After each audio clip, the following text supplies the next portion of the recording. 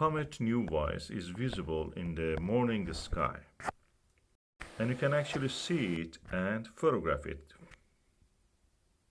In this video, I will show you how to photograph this comet in 7 easy steps. They are: step 1. Find a clear horizon towards the northeast. For this, you can go during the daylight to somewhere that you want to establish your observing site. And with your compass or with your mobile phone, if it has a compass in it as an app, you can find the direction toward the north, and then to your right will be 45 degrees to your right will be northeast. So that's where you will see the Comet NEOWISE. So mark that position. Your horizon of course should be clear, at least for 10 degrees above horizon, because Comet NEOWISE is around 20 degrees above horizon. Step 2. A camera. It can be anything. Ideally, it is good to have a DSLR camera, but if you don't have it, don't worry. You can use a compact camera or even your mobile phone camera. The only thing is that you must be able to hold it steady in your hand if you want to photograph, or use a tripod.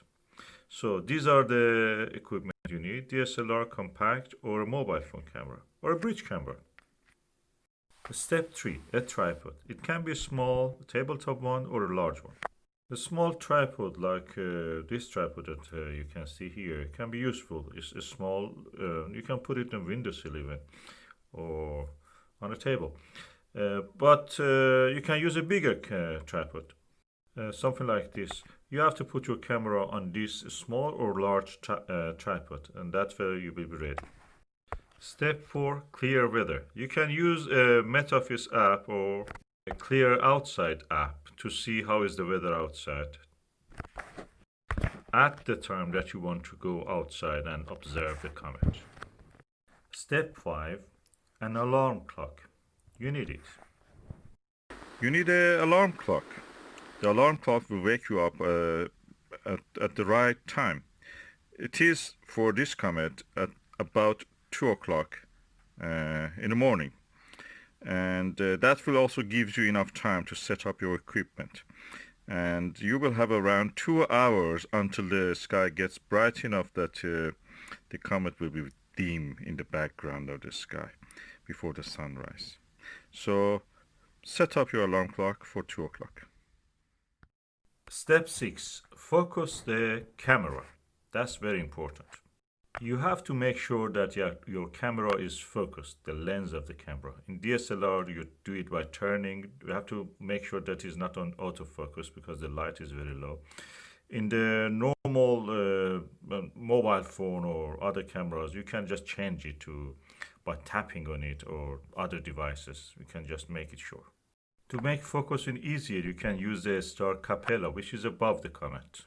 When you focus on Capella, bring down the camera lens a little bit toward the comet. You can see it. Step 7. Take a lot of photos. Don't be stingy. Take a lot of photographs with different ISOs and exposures time. There is no right or wrong on this. Different exposures and times give you different details in the comet and the background sky. And you can later choose the ones that you like best. But take as much as you can. Use the opportunity. In this image, I've used the long exposure time. It was around 5 seconds. This one was taken around 1 minute, and you see the stars have moved. This one was really nice because I let it go for 2 seconds only.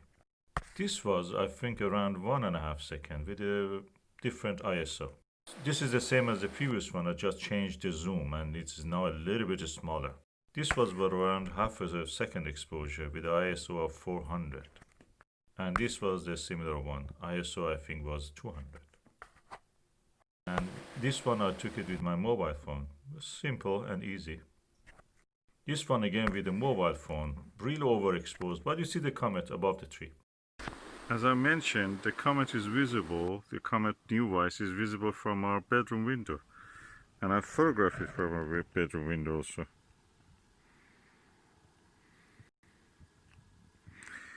0.8 second, and ISO was, I think, 1600, something like that, or 3200. If you're lucky, if you have cloud shapes like these noctilucent clouds, you may be able to get a very beautiful shot as the comet rises, or even record some changes in the nucleus head and the structure of the tail of the comet, like this in time-lapse video.